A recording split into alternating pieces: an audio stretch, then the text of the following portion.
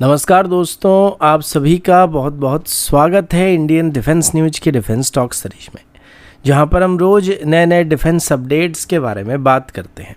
तो चलिए देर न करते हुए आज की वीडियो शुरू करते हैं।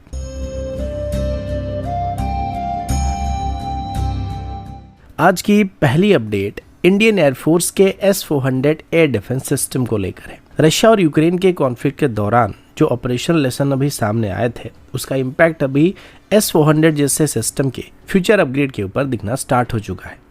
लेटेस्ट इनपुट के हिसाब से रशिया की तरफ से अभी ये कंफर्म किया गया कि यूक्रेन वॉर से सीखी गई इंप्रूवमेंट को फ्यूचर S-400 प्रोडक्शन लाइन में इंक्लूड किया जा सकता है।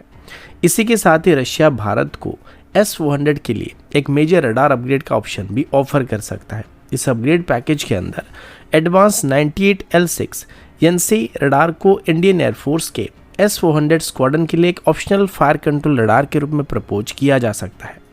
98L6 NC एक gallium arsenide base AESA radar system है, जो कि करेंटली इस्तेमाल हो रहे 96L6 सीरीज रडार के कंपैरिजन में काफ़ी ज़्यादा एडवांस होने वाला है। इस रडार की इंडक्शन से इंडियन एयरफोर्स को लॉन्गर डिटेक्शन रेंज, बेहतर रिजोल्यूशन, हाई एक्यूरेसी और सबसे important strong electronic jamming resistance मिलने वाली है।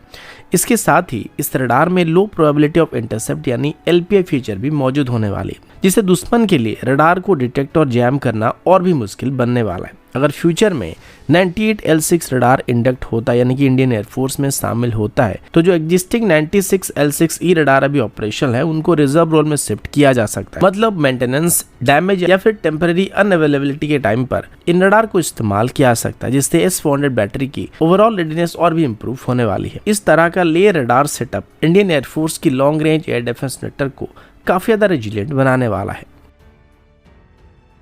अगला अपडेट DRDO की प्रलय टैक्टिकल बैलिस्टिक मिसाइल को लेकर है। दोस्तों, अभी प्रलय मिसाइल को लेकर एक काफी इंटरेस्टिंग टेक्निकल एनालिसिस सामने आई है, जो रशियन मिलिट्री एक्सपर्ट इवगेनी दामासेव की तरफ से दिया गया है। इस एनालिसिस में प्रलय मिसाइल के लॉन्च प्रोफाइल, गाइडेंस सिस्टम और टर्मिनल मैन्यूवरिंग कैपेबिलिटी पर डिटेल रोशनी डाली गई थी। डामासेव के मुताबिक प्रलय मिसाइल को एक ऐसे कैटेगरी में रखा जा सकता है जो कि ट्रेडिशनल क्वासी बैलिस्टिक मिसाइल और एडवांस मैन्यूवरिंग हाइपरसोनिक सिस्टम के बीच मौजूद होने वाली है, और इसका primary focus modern air defence और मिसाइल डिफेंस सिस्टम को डिफीट करने का होने वाला है। सबसे पहले रिसेंट ट्रायल में जो एक चीज नोटिस किया गया था, वो ये है कि एक ही लॉन्चर से 2 प्रलय मिसाइल को सीक्वेंशियली लॉन्च किया जा सकता है। इसे ये क्लियर होता है कि प्रलय मिसाइल को रैपिड सैल्वो मोड में फायर किया जा सकता है, जो कि सैचुरेशन अटैक के लिए बहुत ही इंपॉर्टेंट कैपेबिलिटी होने वाली है। प्रलय मिसाइल की सबसे लीथल फीचर की अगर बात करें तो ये इसकी टर्मिनल मैन्यूवरिंग कैपेबिलिटी होने वाली है। प्रलय मिसाइल की वॉरहेड में folding lattice aerodynamic control surface दिए गए हैं, जो टर्मिनल फेज में एक्टिवली मैन्यूवर करने में मदद करता है। इसकी बूस्टिंग फेज की एंड तक मिसाइल की स्पीड लगभग 6480 किलोमीटर पर आवर तक पहुंच जाती है, जिसके बाद मैन्यूवरिंग वॉरहेड 1300 से 850 मीटर पर सेकंड की स्पीड पर फ्लाइट को कंटिन्यू रखता है। दामासेव की तरफ से शेयर किए गए ग्राफिक्स और डाटा के हिसाब से ये भी सामने आया कि प्रलय मिसाइल एक हाइपरसोनिक फ्लाइट प्रोफाइल को फॉलो करता है, जो की फेजेस में मार्क 5 से भी ज़्यादा की स्पीड को मेंटेन करता है। इसके अलावा ये मिसाइल सिंपल बैलिस्टिक आर्क को फॉलो नहीं करता है, बल्कि एटमॉस्फेयर के अंदर ही मिड कोर्स मैन्यूवर को एग्जीक्यूट करता है। इस मिसाइल की ट्रैजेक्टरी को मल्टीपल सेगमेंट में डिवाइड किया गया, जो इसे नॉर्मल बैलिस्टिक मिसाइल से काफ़ी अलग बनाता है, जहां हर फेज में मिसाइल कंट्रोल मैन्यूवर को परफॉर्म करता है, जिससे एनिमी के एंटी बैलिस्टिक मिसाइल सिस्टम या फिर एयर डिफेंस सिस्टम या मिसाइल डिफेंस सिस्टम के लिए इसको इंटरसेप्ट करना बहुत ही मुश्किल होने वाला है। टर्मिनल फेज में प्रलय मिसाइल का फ्लाइट प्रोफाइल और भी ज़्यादा डेंजरस बन जाता है। रिपोर्ट्स के मुताबिक मिसाइल पहले लोअर ट्रैजेक्टरी में डिसेंड करता है, फिर ये साफ पुल अप मैन्यूवर को एग्जीक्यूट करता है, और उसके बाद नियर वर्टिकल अटैक करके ऑलमोस्ट 90 डिग्री एंगल में इंपैक्ट करता है और टारगेट को हिट करता है। दोस्तों, ये एंगल और स्पीड का कॉम्बिनेशन एयर डिफेंस सिस्टम के लिए नाइटमेयर होने वाला है, क्योंकि आमतौर पर पॉइंट डिफेंस इंटरसेप्टर मिसाइल्स को प्रेडिक्टेबल डाइव एंगल के लिए ऑप्टिमाइज किया जाता है, और मार्क 3 से ज़्यादा स्पीड पर ऐसे मैन्यूवर के साथ अगर कोई अटैक करता है तो इसमें रिएक्शन टाइम ऑलमोस्ट 0 के बराबर हो जाता है, जिस वजह से इस मिसाइल को डिफीट करना लगभग नामुमकिन बन जाता है। अगला अपडेट पाकिस्तानी एयरफोर्स के नए क्रूज मिसाइल टेस्ट की तरफ से है। दोस्तों, पाकिस्तानी एयरफोर्स की तरफ से भी हाल ही में एक नए एयर लॉन्च्ड क्रूज मिसाइल को टेस्ट किया गया था, जिसका नाम तैमूर बताया जा रहा है, ऑफिशियल क्लेम के मुताबिक इस मिसाइल की रेंज लगभग 750 किलोमीटर है और पाकिस्तान इसे अपनी स्ट्राइक कैपेबिलिटी का बड़ा एक्सपेंशन बता रहा है। लेकिन अगर हम थोड़ा टेक्निकल एंगल से देखें तो पिक्चर थोड़ी अलग ही निकलकर सामने आने वाली है। सबसे पहले अगर हम तैमूर मिसाइल को पाकिस्तान के पहले से मौजूद रैड 2 मिसाइल या फिर बाबर मिसाइल के साथ कंपेयर करें तो दोनों का रोल ऑलमोस्ट सेम दिखता है। दोनों ही एयर लॉन्च क्रूज मिसाइल हैं, दोनों फाइटर एयरक्राफ्ट से लॉन्च किए जाते हैं और दोनों की रेंज लगभग 750 किलोमीटर के आसपास बताई जाती है। डिजाइन में एक विजुअल डिफरेंस जरूर दिखता है क्योंकि रैड 2 में ट्विन टेल कन्फिगरेशन मौजूद होता है जबकि तैमूर में फीचर देखने को नहीं मिलता है। लेकिन इसके अलावा प्रोपल्सन सिस्टम, गाइडेंस सिस्टम या मिशन प्रोफाइल में कोई भी बड़ा फंडामेंटल चेंज यहाँ पे नहीं नजर आता है। इसी वजह से डिफेंस एनालिस्ट ये सवाल उठा रहे हैं कि क्या तैमूर मिसाइल सच में एक नया मिसाइल है या फिर रैड 2 का एक रीवर्क्ड और सिंप्लीफाइड वर्जन है जिसे किसी प्रोडक्शन या इंटीग्रेशन कंस्ट्रेंट की वजह से अलग सा नाम दिया गया। कुल मिलाकर ऑपरेशन लेवल पर तैमूर रैड 2 से कोई क्लियरली अलग कैपेबिलिटी प्रोवाइड नहीं करने वाला है।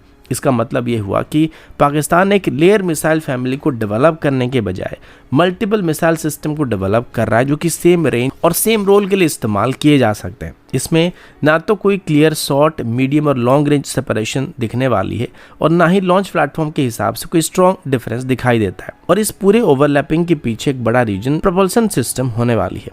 पाकिस्तान के ओल्डर जनरेशन बाबर वेरिएंट और रैड फैमिली में MS-400 स्मॉल टर्बोफैन इंजन का इस्तेमाल किया जा रहा है जो यूक्रेन से आता है और लगभग 404 kg की थ्रस्ट को डिलीवर करता है। लेकिन अभी जियोपॉलिटिकल और सप्लाई चेन इशू होने की वजह से इस इंजन की अवेलेबिलिटी रेट अभी डिसरप्ट हो चुका है और इसी वजह से पाकिस्तानी डिजाइनर्स को एग्जिस्टिंग एयरफ्रेम के साथ ही एडजस्टमेंट वगैरह करना पड़ रहा है। इसी वजह से नए इंजन को डेवलप करने या कम्प्लीटली नए मिसाइल आर्किटेक्चर को बनाने के बजाय पाकिस्तान की तरफ से एग्जिस्टिंग डिजाइन को थोड़ा सा मॉडिफाई करके नए नाम के साथ मिसाइल को लॉन्च करने की कोशिश किया जा रहा है। इस पूरे प्रोसेस में क्लीन जनरेशनल जंप के बजाय इंक्रीमेंटल रीडिजाइन और रीब्रांडिंग ज़्यादा दिखाई पड़ रहा है। शॉर्ट टर्म में देखा जाए तो ये अप्रोच पाकिस्तानी एयरफोर्स को ये अलाउ करता है कि प्रोडक्शन लाइन एक्टिव रहेगा और इन्वेंट्री में मिसाइल नंबर मौजूद रहेगा।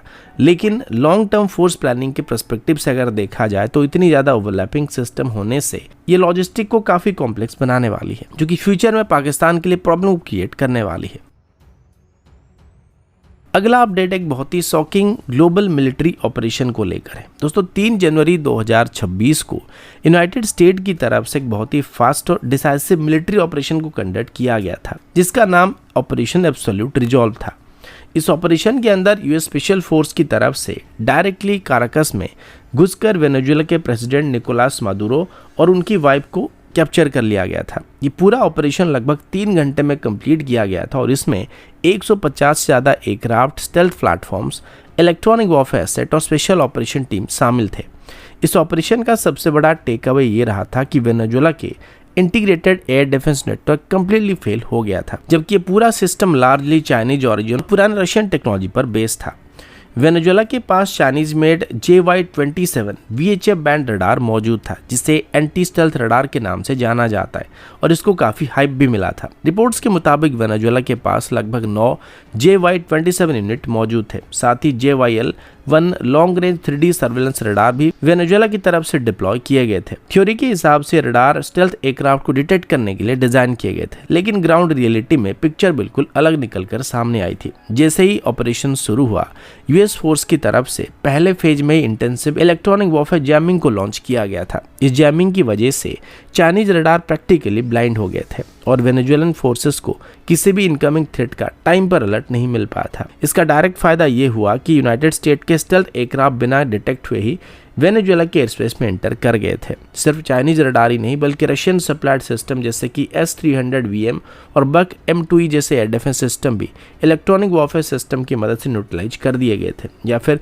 प्रिसीजन स्ट्राइक से डिसेबल कर दिए गए थे। यहाँ पर एक बहुत ही इंपॉर्टेंट पैटर्न दिखाई पड़ता है। पहले 2025 में ऑपरेशन सिंदूर में हमने देखा था कि कैसे पाकिस्तानी एयरफोर्स के चाइनीज रडार्स और air defence systems Indian strike को इफेक्टिवली काउंटर नहीं कर पाए थे और भारत की तरफ से लॉन्च किए गए suppression of enemy air defence mission में ये बिल्कुल फेल हो गए थे। बिल्कुल वही थ्योरी यहाँ पर वेनेजुएला में रिपीट होता हुआ दिखाई पड़ा था, यानी कि चाइनीज रडार जो वाउचर में एडवांस लगते हैं, रियल बैटलफील्ड में सर्वाइव नहीं कर पा रहे या पेपर परफॉर्मेंस को डिलीवर नहीं कर पा रहे। इस ऑपरेशन ने एक बार फिर से इस बात को प्रूव कर दिया है कि इलेक्ट्रॉनिक वॉरफेयर, स्टेल्थ और प्रिसिशन स्ट्राइक इंटीग्रेशन आज की वॉरफेयर का सबसे पावरफुल कॉम्बिनेशन होने वाला है। तो दोस्तों अभी के लिए इतना ही, मिलता हूँ आपसे अगले वीडियो में, तब तक के लिए जय हिंद, वंदे मातरम।